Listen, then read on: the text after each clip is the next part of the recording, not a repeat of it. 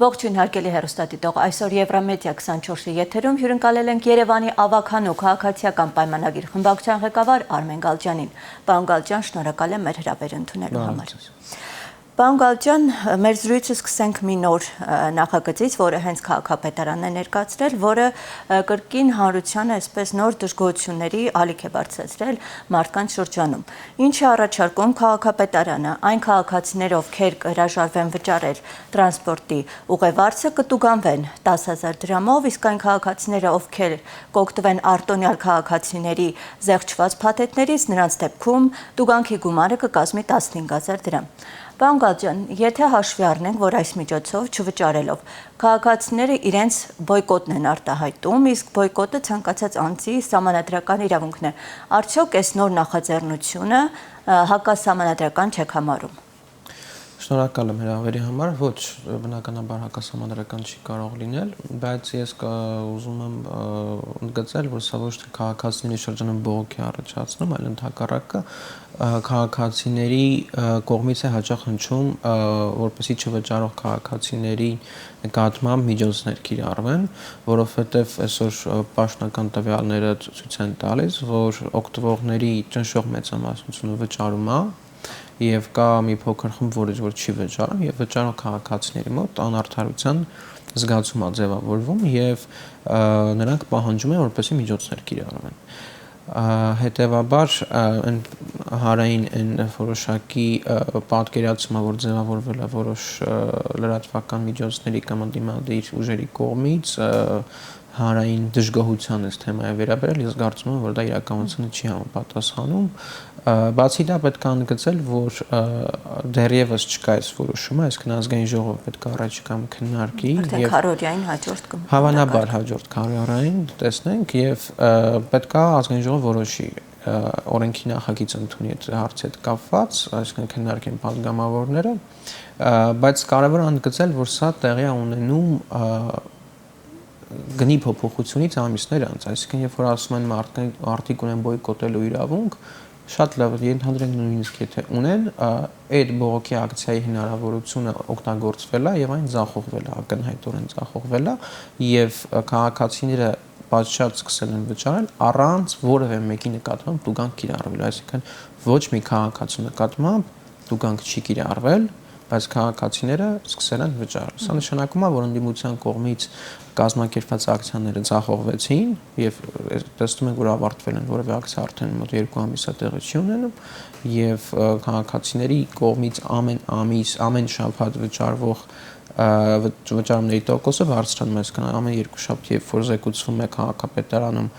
գործակարգավորական խորհրդակցության ժամանակ ամեն շաբաթ այդ դինամիկան աճող դինամիկա է գրանցվում, հետեւաբար սա արդարացի որոշում է լինելու, ստեղ կապված է թե ինչքան տուգանքի չափը ինչքանով արդարացի կլինի, այս բանի նախագիծը հետեւյալ տեսքն ունի 3,000 դրամ կտուգանվեն այն քաղաքացիները, ովքեր որ կունենան տոմս, բայց չեն վճարի, այն քաղաքացիները, ովքեր որ պարզապես չեն վճարի եւ կմտնեն առանց տոմս ունենալու կտուգանվեն 10,000 եւ այն քաղաքացիները, ովքեր որ կօգտվեն այլ քաղաքացիների արտոնյալ փաթեթներից, նրանք կտուգանվեն 15,000 դրամ, սա նախնական պատկերն է, միգուցե ազգային ժողովում քննարկումների արդյունքում թվերը որոշակի փոխվեն, կտեսնենք դա առաջիկա։ Պարոն Գալջյան, քանի որ այսպիսի գնահատական հնչեցրիք, որ բոյկոտը ձախողվել է, բայց չմոռանանք,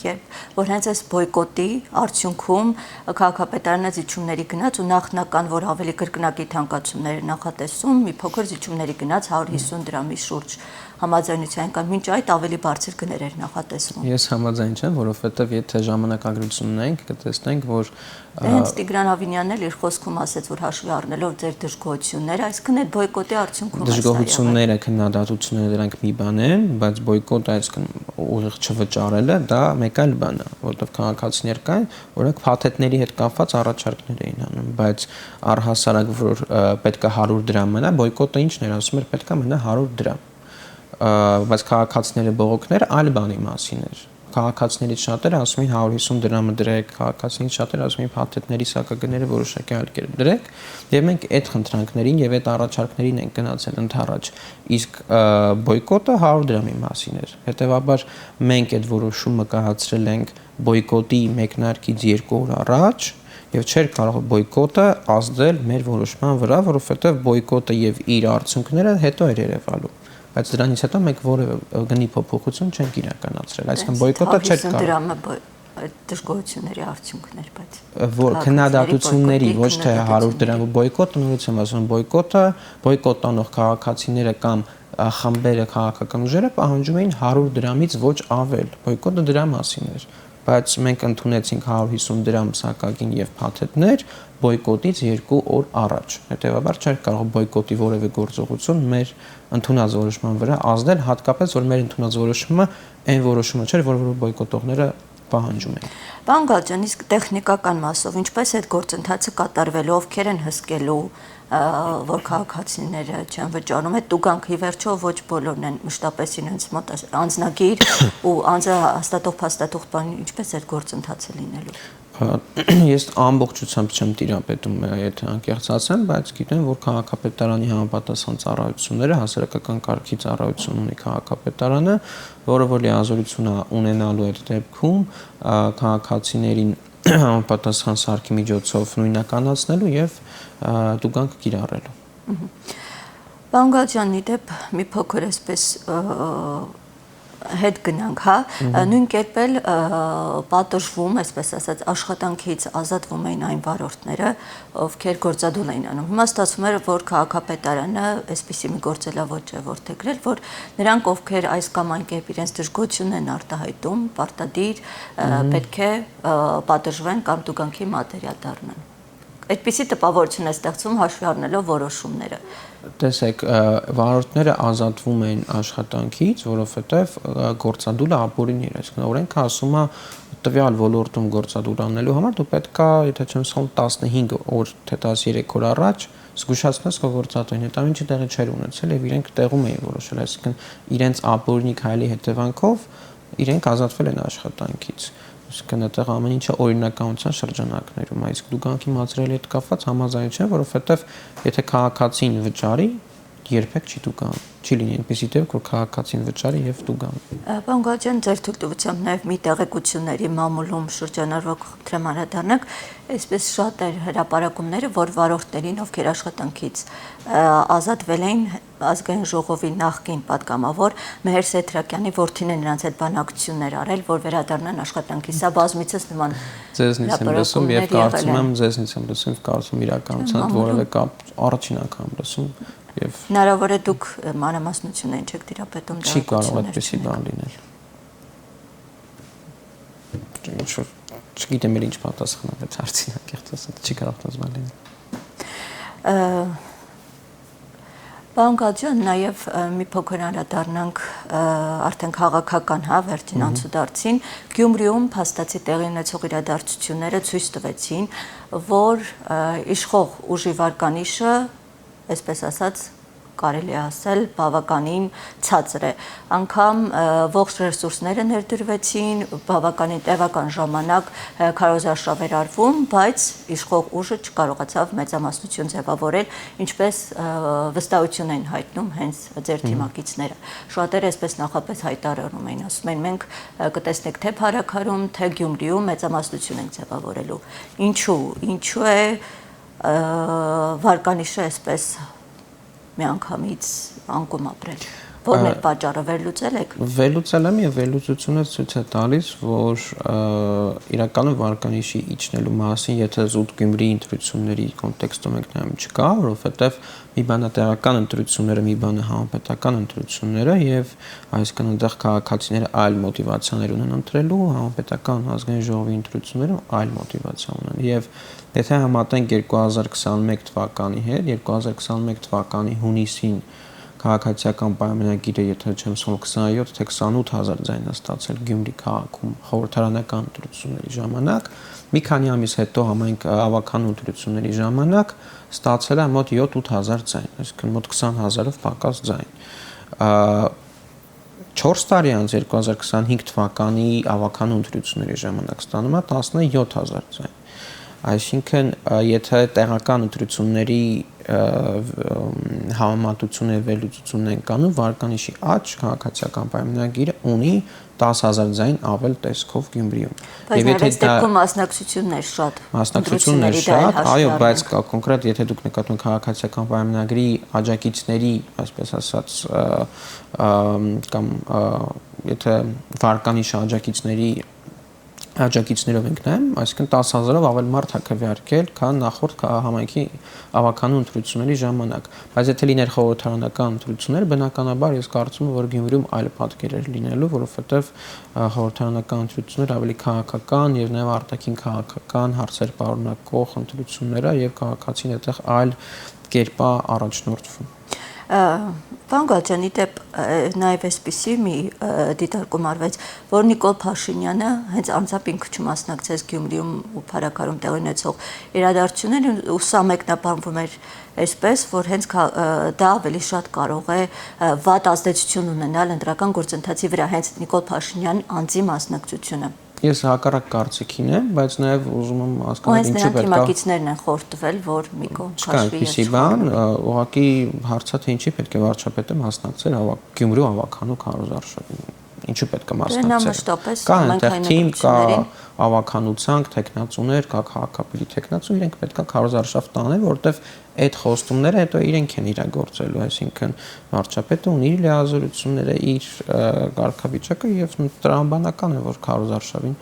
չի մասնակցել եւ այդտեղ ինչ որ զարմանալ որևէ բան չի։ Բայց նա համայնքային ընտրություններին շատ դեպքերում բավականին ակտիվ է եղել ու հաշվի առնելով, որ Գյումրին եւս այսպես երկրորդ խոշոր քաղաքն է ու այնտեղ պետք է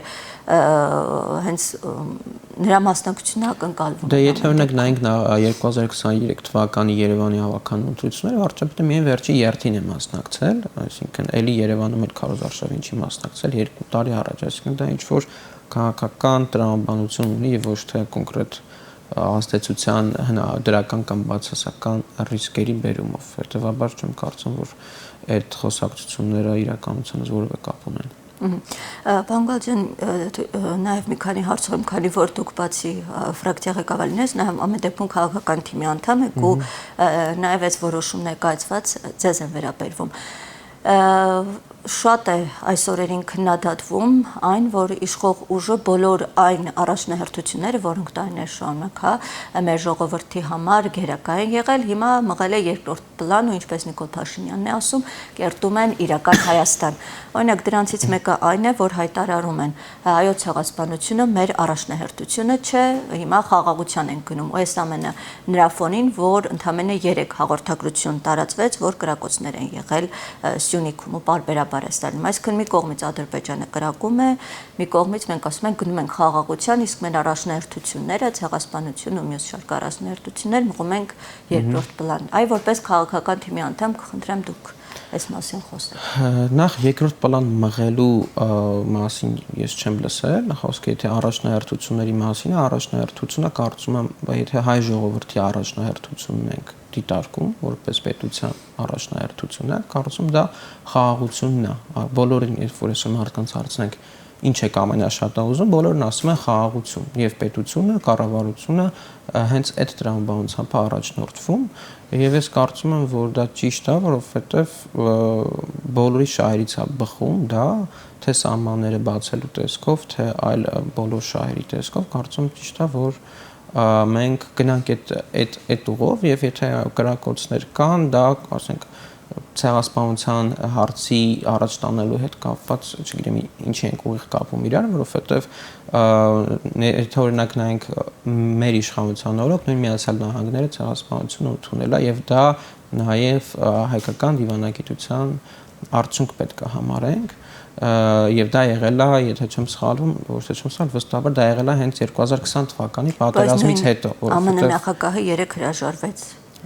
Չէ, չի հրաժարվել, որովհետեւ ԱՄՆ երկու կոնգրեսի երկու պալատները ընդունել են հայոց ցեղասպանությունը, հետեւաբար Ամերիկայի եւ Միացյալ Նահանգների նախորդ նախագահ Ջո Բայդենը նույնպես ընդունելը, դա հետեւաբար կարելի է համարել, որ Միացյալ Նահանգները պաշտոնապես ընդունել է հայոց ցեղասպանությունը մեր իշխանության օրոք։ Հիմա ամեն տարի մի կերպ ինչ որ մեկ այլ մեկնաբանությամբ այլ որոշակի տեքստով այդ ուղերձը կլինի, դա կախված է տվյալ տարվա քաղաքական աշխարհաքաղաքական իրադարձությունների հետ։ Հիմա հնարավոր է հաջորդ տարի այլ կերպ Թրամփը հայտարարի, հետեւաբար ամեն տարի ասեց, չասեց դրա շուրջ ինչ որ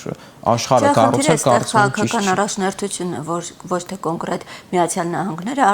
առհասարակ հայկական կողմի առաջնորդությունները, որ եթե տարիներ առաջ օրինակ, հա, հենց բոլոր մակարդակներում առաջ էր մղվում, միայն հայոց ցեղասպանությունը չէ, մի շարք հարցերի շուրջ։ Հիմա այսպես միայն ասում են գնում ենք խաղաղության, բայց թե ինչ գին է այդ խաղաղությունը պահանջում, այսպես հստակեցված չէ, միայն մենք տեսնում ենք հակառակորդից կրակոցները ինչ գին են առաջարկելու։ Երբ որ ասում են օրինակ դրոշվոր վառում են, հա, տեսեք, ձեր ասած հարցի վերաբերյալ նույն տեսագրություն կա հայտնի, որտեղ Ջո Բայդենը հրապարակային հայտարարում է, որ Սերժ Սարգսյանն խնդրել է իրեն, որ ինքը այդ հարցը ցեղասպանության հարցը չբարձրացնի, իրենց առաջ չդնի այդ հարցը։ Այսինքն դա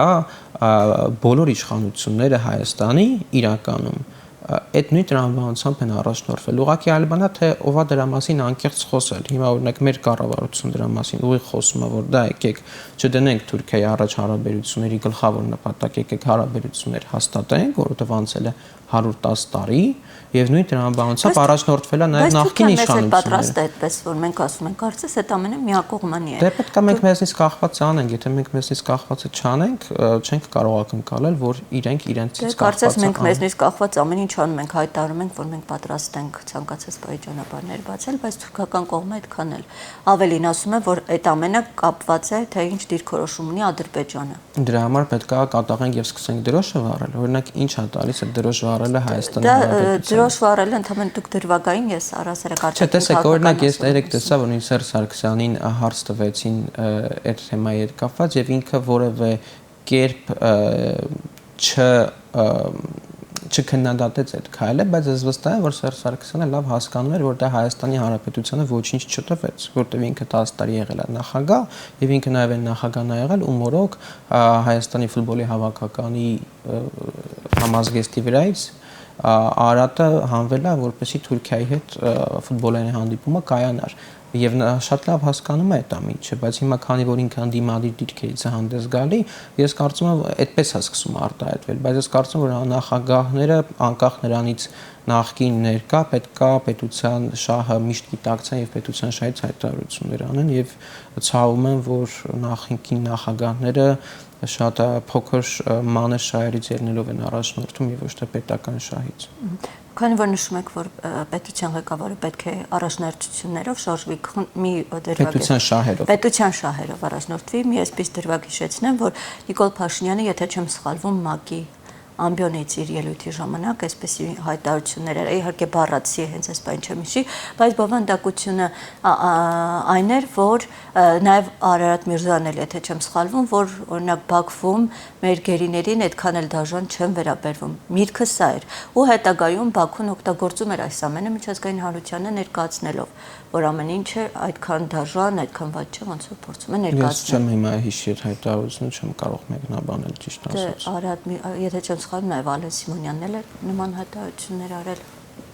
Չեմ հիշում այդ հայտարարությունը, չեմ կարող մեկնաբանել ճիշտ ասած։ Բայց նաև ես ուզում եմ անդրադառնալ մեր ավականու վերջին նիստին, որ իրականում այս նույն թեմաների հետ կապված է, որ այս մեղադրանքները կա, չգիտեմ, ուրանում եք ցեղասպանությունը, հողեր եք հանձնում եւ այլն եւ այլն եւ այլն, բայց այդ նույն ուժերը առաջին իսկ հնարավորության դեպքում ավելի շատ են քայլեր անում, որոնք որ դեմ են մեր պետականությանը, քան իրենք որ մեզ մեղադրում են։ Նույն ավականու նիստում ավականու կազմում Մայր Հայաստան խմբակցություն ունենք, որը որ Գյումրիում ընտրում է քաղաքապետ, ով րոպեներանց հայտարարում է, որ միութենական պետությանը Հայաստանի անդամակցությանը ինքը կողմ է։ Հիմա հետո այդ ուժերը որևէ հայտարարություն չեն անում, չեն ասում դու մեր պետությանը դեմ ես, պետականությանը դեմ ես, դու չգիտեմ դավաճան ես եւ այլն եւ այլն, բայց այլ դրվագներով շատ ավելի կոպիտ մեղադրանքներ են հնչեցնում մեզ, բայց իրենք գնում են ընտրում են մի մարդու, որ ուղիղ տեքստով հայտարարում է, որ պատրաստ է կողմը Հայաստանի անդամակցության միութանական պետության, այսինքն այստեղ իրենց անկեղծության վրա հույս դնելը կարծում եմ իմաստ չունի։ Պարոն Գալստյան, քանի որ խոսեցիք ավականու աշխատանքներից, հիմա փաստացի Երևանի ավականիում ստեղծվել է մի իրավիճակ, որ իշխանությունը քաղաքացիական պայմանագիրը միայնակ առանց ընդդիմադիրների քվեների չի կարող կարևոր նախագծեր ընդունել։ Տեսեք, վերջին նախագիծը եւս տեսանք ընդդիմությունը, որ չմասնակցեց եւ մերժվեց։ Տեսեք, տարի ու կես արդեն այս ավականին գործում է եւ չի եղել որևէ նիստ, որը որ չկայանա, եւ չի եղել որևէ նախագիծ, որը որ իշխանությունը բերի եւ մերժվի, հետեւաբար ես չեմ կարծում, որ ավականին այդպեսի խնդիր ունենք, նաեւ ինչ որ խոսակցություններ էին տանում մեր եւ հանրապետության հետ, ինչ որ կոնֆլիկտի մասի, որ իրականությունների միջոցով խոսքը հանրային ձայնի մասին է, ասում են, որ եթե քաղաքացիական պայմանագիրը չփորձի հանրային ձայնին իր կողմը բերել, այդպես քվեներ կորզել, նախագծերը չեն։ Հանրային ձայնը ես չեմ հիշում որևէ հարց, որ կողմը քվեարկում, անկեղծ ասած։ Տրանսպորտի նախագիծը կողմ քվեարկելու մասին եմ խոսում։ Այսինքն նույն բոլոր խմբակցություններն էլ մասնակցում են նիստերին եւ դեմ են քվեարկում, այդ թվում հանրային ձայնը, այստեղ ի՞նչն է տարբերությունը, ասենք Մայր Հայաստանի եւ հանրային ձայնի, եթե երկուսն էլ նստում են դահլիճում եւ դեմ են քվեարկում։ Այլ բան է, որ ընդդիմությունն է հետո բերում նախագիծ, անունակ մյուս խմբակցություններ ասում են, եկեք տրանսպորտը նորից դարձնենք 100 դրամ, բայց իրենք իրենց խմբակցությունով անգամ ամբողջ կազմով նիստի չեն գալի, հետո բողոքում են, որ տրանսպորտը թանկ է։ Իրենք իրենց բերած նախագծին անգամ չեն գալիս մասնակցեն։ Հետեւաբար դրանից հետո ուրիշների մեղադրելը կարծում եմ այդքան տեղ ինչ։ Որտեւ իրենց խմբակցությունը չեն կարողանում կառավարել, 10 հոգու չեն կարողանում կառավարել, հետո խոսում են քաղաքական արդյունավետ կառավարելուց, եթե դուք մի տարում 10 հոգով չեք կարողանում իրար հետ աշխատել, հետո քաղաք ոնց եք կառավարել։ Դե իրենք էլ նույն մեղադրանքները ձեզ են հնչեցնում, ասում են, որ անգամ ձեր ֆրակցիայում շատ դեպքերում չեք կարողանում ինչ-որ հարցերի շուրջ համաձայնության գալ, որ մնաց քաղաք կարողանակ կառավարել։ Այդպեսի դեպք չի եղել, բայց ոնց ֆրակցիան համաձայնության չի։ Իրենք փոխադարձ այսպես մեղադրանքներ են հնչեցնում, այսինքն իրենք ձեզ են մեղադրում քաղաքի կառավարումը տապալելու մեջ, ու այսպես փաստերով տարբերում։ Ասում են, որ միայն այս թանկացումները տարբեր ոլորտներում բյուջեն լցնելու համար են արվում, ու քաղաքացիներին վնաս են հասցվում։ Բյուջեն լցնելը հենց քաղաքացիների համար է, դա մեր անձնական բյուջեն չի, դա քաղաքացիների բյուջեն է, որոնք որ հենց քաղաքացիներն են ձևավորում եւ նույն տրանսպորտի թեման ցույց տվեց, որ քաղաքացիները գիտակցում են դա, որտեղ իրենց բողոքի ակցիաներն նույնիսկ մասում արդյունք չստացան եւ նաեւ կուզեմ խոսել աղբանության հարցի շուրջ, որովհետեւ շատ է քննարկվել, բայց վերջի նիստի աղմուկը թույլ չտվեց, որպեսզի հանրությունը պատշաճ կերպով իրազեկված լինի դրա մասին։ Աղբանության վճարի հետ կապված մենք որոշում էինք ընդունել, որ քառակուսի մետրը 13 դրամ տրամաբանությամբ պետք է հաշվարկ լինի, այստեղ քննադատություն կա, որ քառակուսի մետրը աղբ չի գեներացնում, մարդն է գեներացնում, հետաբար ինչու է քառակուսի մետրով հաշվարկում։ Սա այնպես չի, որ մենք ենք օրինել, բազմաթիվ քաղաքներ կան, որ այս մոդելով են աշխատում։ Եվ դա ունի հստակ պատճառներ, նախ նաև նշեմ, որ աղբանության վճարը միայն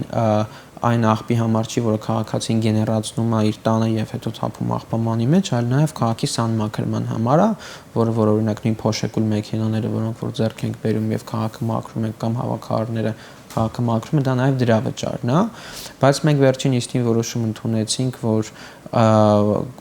բազմաբնակարան շենքերում 65 քառակուսի մետրից ավել քառակուսի մետրերի վրա 13 դրամը 50%-ով կնվազի, այսինքն պակաս գումար կհաշվարկվի։ Ավականիում է արդեն նախագիծ օրակարգ ընդունվել է, նա նախորդ նիստում ընդունել ենք այդ որոշումը, այսինքն բազմաբնակարան շենքերի բնակարանների դեպքում 65 քառակուսից ավելի վրա 50% արտոնություն կկիրառվի, իսկ անհատական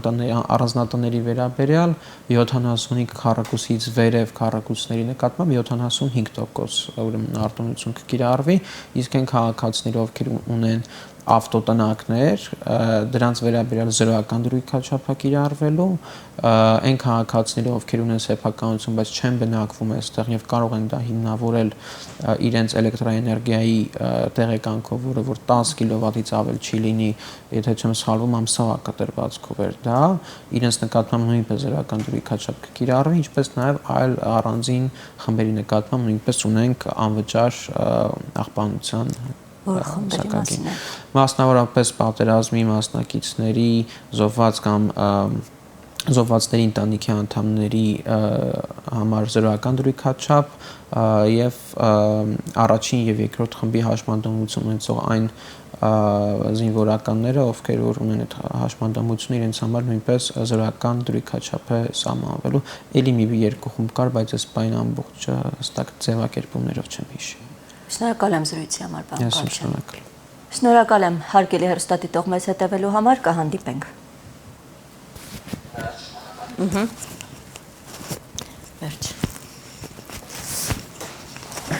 Պարոն Գալստյան,